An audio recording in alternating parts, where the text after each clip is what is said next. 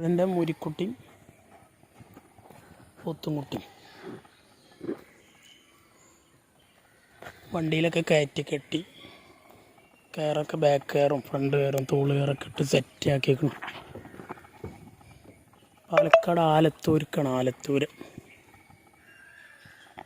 60 kilometre ഉണ്ട്. നമ്മൾ 23,000 റുപ്യ വിലട്ട പോത്താണിത്.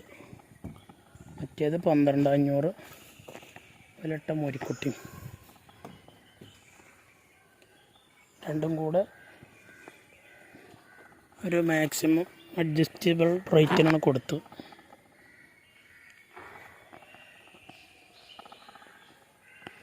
$31,250 കൊടുത്തത്. 31,250 റുപ്യ. ഡെലിവറി ചാർജ് വണ്ടി വാടക 60 കിലോമീറ്ററിന് 2,000 രൂപ വരും.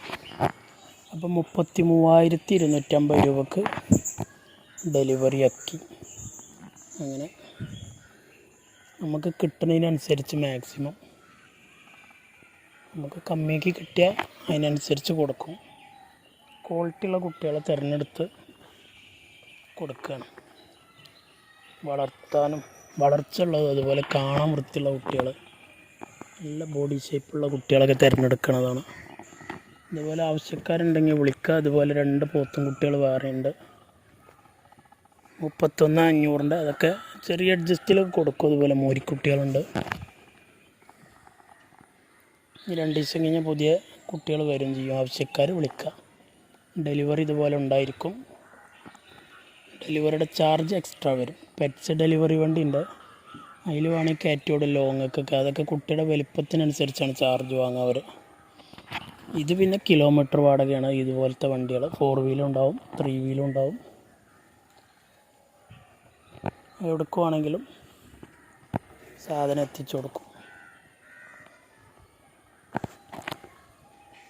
ഒക്കെ കെട്ടി വൃത്തിയാക്കിക്കോളും. 60 കിലോമീറ്റർ ഉണ്ടെന്ന് പറഞ്ഞു ഇവിടുന്ന്.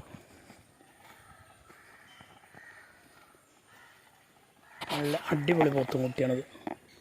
ഇതൊക്കെ ഒരു വർഷം അവർ നിർത്താൻ അവർക്ക് സഹായിച്ച നല്ലൊരു വിലക്ക് നല്ല വിൽപ്പന പവറിൽ പോകും പോത്ത്. അതുപോലെ ഈ മൂരിക്കുട്ടി അതുപോലെ തന്നെ 1 കൊല്ലം 1.5 കൊല്ലമൊക്കെ നിർത്തിയ നല്ല ഷേപ്പിൽ വരും.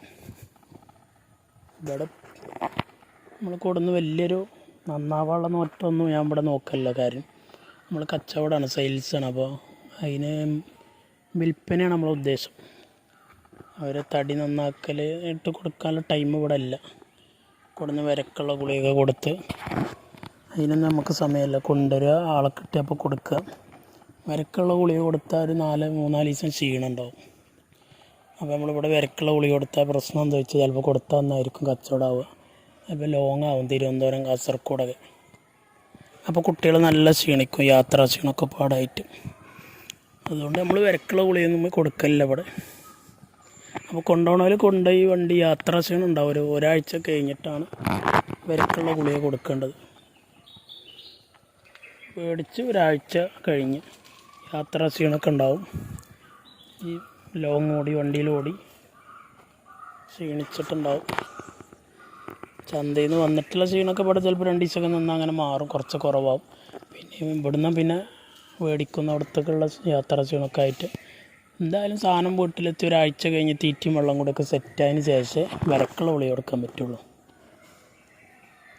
അപ്പോൾ അതൊക്കെ ശ്രദ്ധിക്കണം മേടിക്കുന്നവർ. അപ്പോൾ ഓക്കെ, ഇപ്പോൾ വണ്ടി ഇതാ വിടാനായി.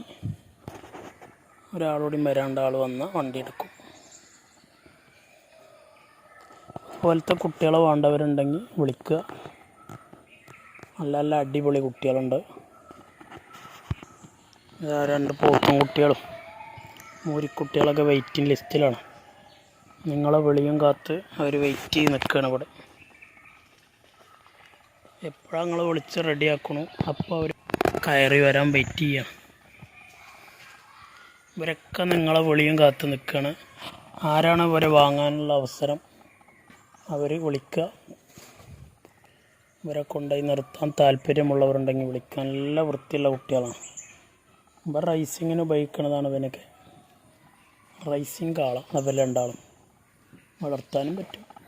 ഇതിൽ ഒരു ബ്ലാക്ക് സിന്ധിയാണ്, ഒന്ന് ജേഴ്സിയാണ് റെഡ്. അവരടുത്തടുത്ത് കെട്ടിയിട്ട് അവർ തീറ്റയും വെള്ളം കൂടിയൊക്കെ ഒപ്പാണ്. അപ്പോൾ ഭയങ്കര കമ്പനിയായി. ഇതൊക്കെയാണ് അവസ്ഥ. ഇതൊരു പൂച്ചനെ കൊടുക്കാനുള്ളതല്ല, ഇത് ഇവിടെ ഉള്ളതാണ്. ഇവിടെ നമ്മൾ വളർത്തണമല്ല, ഇത് കൂടി പോണ പൂച്ച. അവരൊക്കെ നിങ്ങളെ വിളി കാത്ത് നിൽക്കുക. 11.5 റുപ്യാണ് ഇവനക്ക് വില പറഞ്ഞത്. ഇവനൊരു 10 രൂപ 9.5 റുപ്യ ലാസ്റ്റ് കിട്ടിയ ഇവനെ കൊടുക്കും. 9,500. ഇവനെ 12.5 പറഞ്ഞ റെഡ് കാങ്കയും അല്ല വെള്ളക്കാങ്കയും. ഇവനൊക്കെ ഒരു 11 രൂപ വന്നാൽ അപ്പോൾ കൊടുക്കും.